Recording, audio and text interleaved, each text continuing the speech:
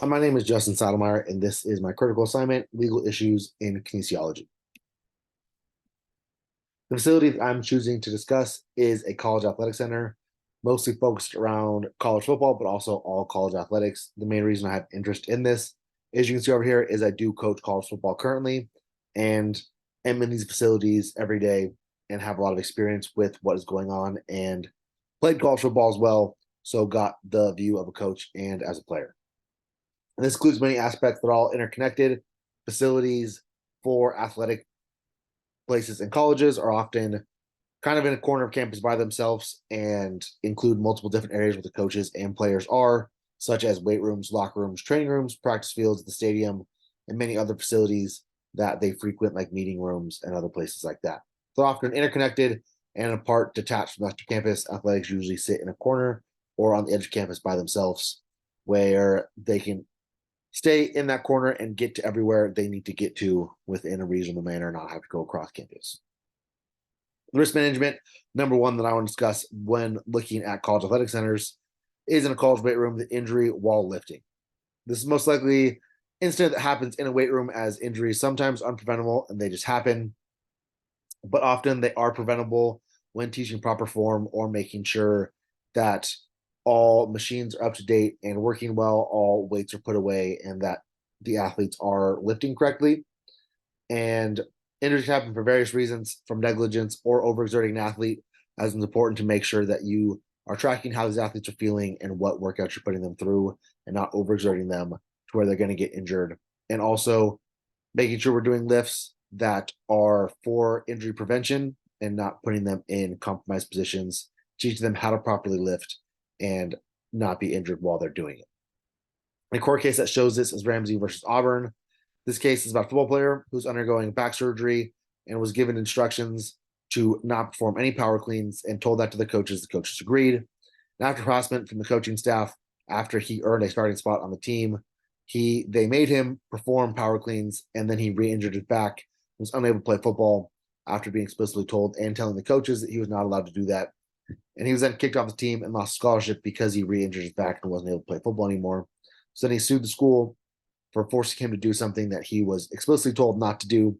There's lots of ways to prevent this and ways to achieve the same results as power cleans with other lifts. But these coaches insisted that he did power cleans, ended up re-injuring his back when this could have been prevented by avoiding power cleans and also starting to work strengthening the back and the muscles around it. Risk management number two is the potential risk of medical emergencies. Medical emergencies are uncommon in athletic settings, but it does require immediate attention. Court case that shows this is Mogob versus Orleans Parish School Board. This court case details an athlete collapsing during sprints and struggling to get back on the bus after school. They were off campus performing sprints and a football practice, and the student was very dizzy, collapsed, and was unable to get on back onto the bus by himself and had to get helped by students. And once he returned to the school, the other athletes were the ones that were caring for him, making sure that he was laying down, cooling off, had a blanket, doing things to ensure that he was comfortable. And the coaches continually ignored that he was clearly not okay and wasn't able to stand up or really do anything on his own. And after someone else stepped in with the coaches to get him to a hospital, get him to a doctor, it was too late, and he ended up dying as a result of this. And the negligence resulted in this athlete's death, and it was determined that if proper care was taken, that most likely this death was preventable, that if he was rushed to a doctor or at least given care before he got to the point that he was at, that he would have been able to survive. But he died because of the negligence of the coaches and their lack of having any kind of plan or any strategy if a medical emergency did happen. Risk management number three is disease risk that can happen from not disinfecting machines, equipment, or not cleaning the space properly, as well as teaching athletes proper hygiene, making sure they are sanitizing their hands before they come in, and also sanitizing things before and after athletes are using them. This is seen in common gyms and athletic centers, especially with all these athletes in and out and constantly around all these different people. This has risen definitely during COVID and the precautions that were taken with masking up and making sure everything was sanitized and disinfected before and after. The court case that shows this is Hagman versus One Life Fitness. This court case details the breakout of Legionnaire's disease at a fitness center. They spread mostly through water and such surfaces, shower heads, and sink faucets. These symptoms are so severe that they can lead to death if left untreated. And in this case, no one died, but there was people hospitalized from this disease getting it from the gym they were at. And this was due to not cleaning these commonly used areas like shower heads and sink faucets, and not tracking and making sure that these were disinfected every single day. This also can be seen with infections like staph and other things that are passed through just fluids or through touch if things are disinfected, and really ensuring that things are disinfected every single time that someone is using them. And at the end of the day, things should be sanitized, wiped down, make sure everything's cleaned and put away so we can minimize the chance of spreading disease through these facilities. This can be prevented with the regular cleaning of these high use areas and making sure things are maintained and that everything is working well and clean in where it needs to be. And risk management number 4 is sudden death. Sudden death is an occurrence that is at risk for athletes pushing themselves to their limits. This is sometimes unpreventable, as accidents do happen and things do happen, but most of the time it is preventable. And the court case that shows this is Lee versus Louisiana Board of Trustees. This court case revolves around a basketball team being forced into extreme conditioning in the heat. They were made to do an unsanctioned event and run and do this hard conditioning test when it was unsafe for them to perform it due to the heat. And one athlete died due to this workout because of the extreme heat and where their coaches were pushing them. And the other athlete that was in this lawsuit finished the run, but passed out during that run. And this could be prevented by not doing a non-school Shankston workout. School told them not to do it. It was not allowed, but the coaches pushed forward with it anyways.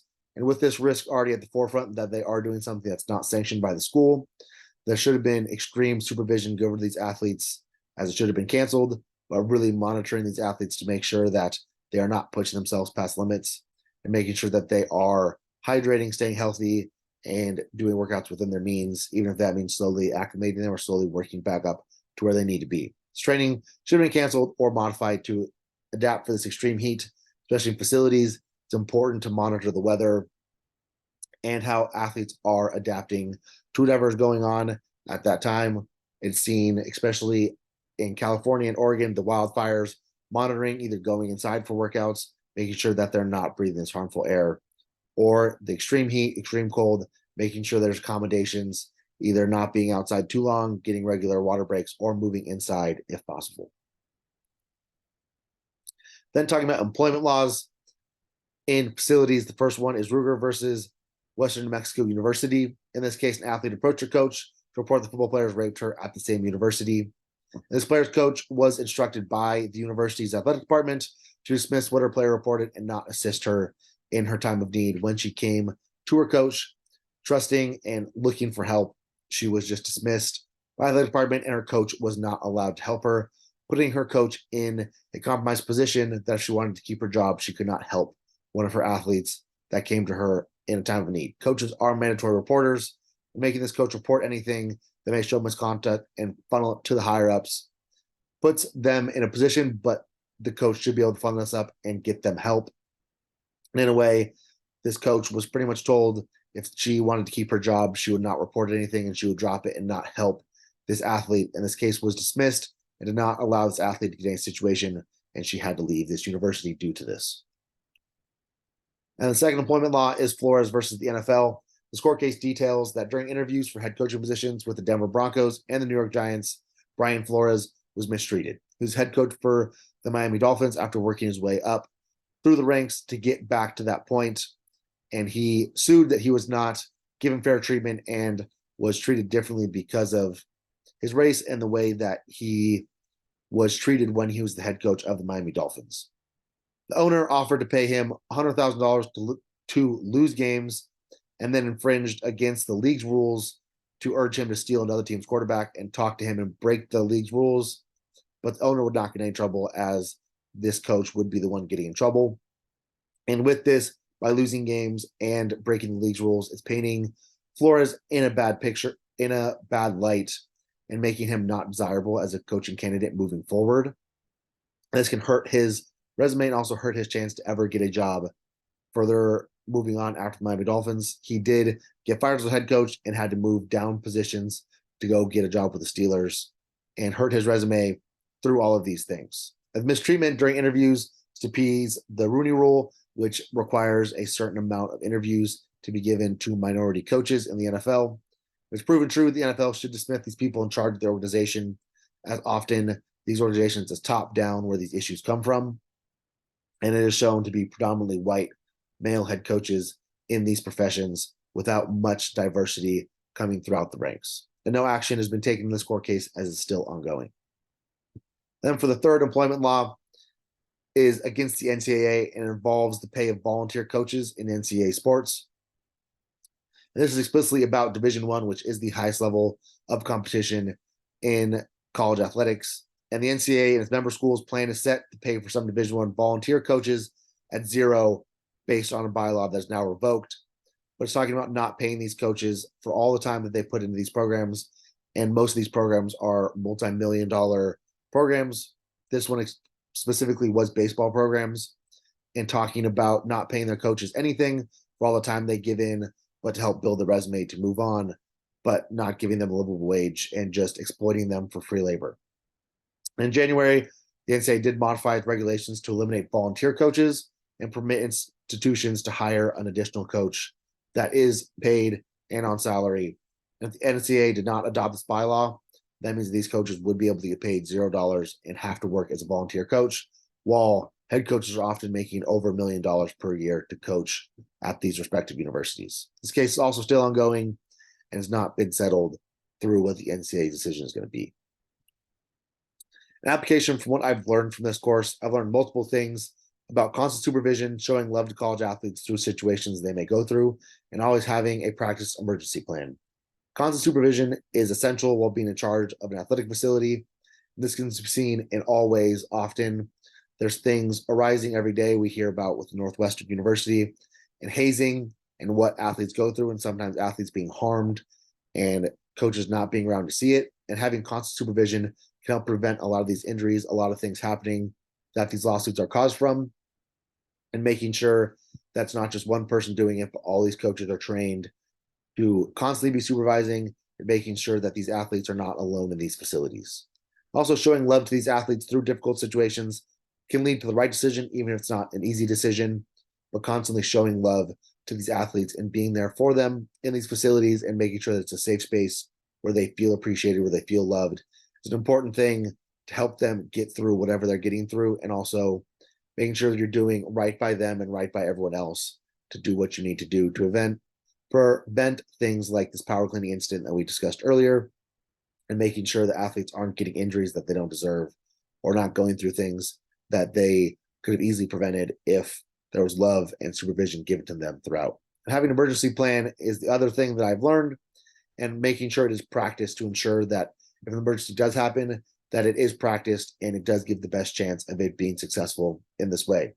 There's lots of court cases we studied in this course talking about how there's no emergency plan or the plan did not go well, and making sure that there is a direct set emergency plan for multiple different things if they are happening that can save an athlete's life, and making sure the whole staff knows what that plan is, knows what channels to go through, and that it is practiced so that they know what they're doing, they've done it, and it's not something brand new when they go to do it. And for management of these athletic facilities, learning what I've learned in this course is surrounding these athletes with morally good and caring individuals to care for them through these situations, making sure that the people on the staff have background checks, that they are there for the kids for the right reasons, and that they're going to be there for these kids through all of these moments, that they are going to supervise them, they're going to care about these kids, they are going to ensure that these kids are being safe and make sure that they're having the best experience possible when in these facilities. Equally as important is to ensure these people are properly trained to really ensure that safety, to make sure that they are giving these athletes the best opportunity to succeed in whatever their respective sport is, and make sure that they are safe while they're doing it, teaching them proper technique, making sure that they're not overexerting themselves, and supervising them and helping them through, if it's injury, if it's a hard workout, whatever it may be, that they are trained, that they can help these kids through whatever it needs. It's not just one person trained and a bunch of other people just around. Another important thing is having a clean and safe environment to have any unwanted injuries or disease, making sure things are sanitized, that are wiped down, that everything's clean when athletes go to use it, that weights are put away, that things are where they need to be, that machines are properly maintained, that they're not going to break, that they're not going to hurt anybody, and ensuring that everything is clean where it needs to be, there's space for doing everything you need to do, so there's not injuries that could be easily prevented. Also, having safety instruments such as an AED and first aid kits readily available, knowing that the players and the staff all know where this is in case of emergency. They know exactly where to go, how to use it, and that is serviced, that it's ready to go, and it works. Then having constant supervision of athletes whenever they are in the facility is also important to make sure that they are able to avoid any dangerous activities that could be prevented when they are in these facilities. Lastly, it's essential to have a place where these athletes are able to come and talk openly about any concerns that they have, having an open door policy for all of the staff and not just one staff member, but making sure that these athletes feel safe coming and talking to coaches, that they're able to go through channels and feel like they're being heard and appreciated and feel safe when they are in these facilities and knowing that they have a safe space. In faith integration, the 3 Bible verses I really want to focus on is 1 Corinthians 16:14, let all that you do be done in love. And then 1 John 4:8, anyone who does not love does not know God, because God is love. And 1 John 4:19, we love because he first loved us. And using God's words in these Bible verses, we see time and again the use of love, and that God showed us love so we can show God's love through us. And this should be echoed with everything we do in our life, especially in facilities, is to constantly show love and show God's love, to constantly make sure these kids are having the best possible experience while they're in it, and that they're feeling loved and they're showing and seeing God's love through us, and knowing that that is the most powerful thing that they can have and can experience. And it should be through us that they see God's love.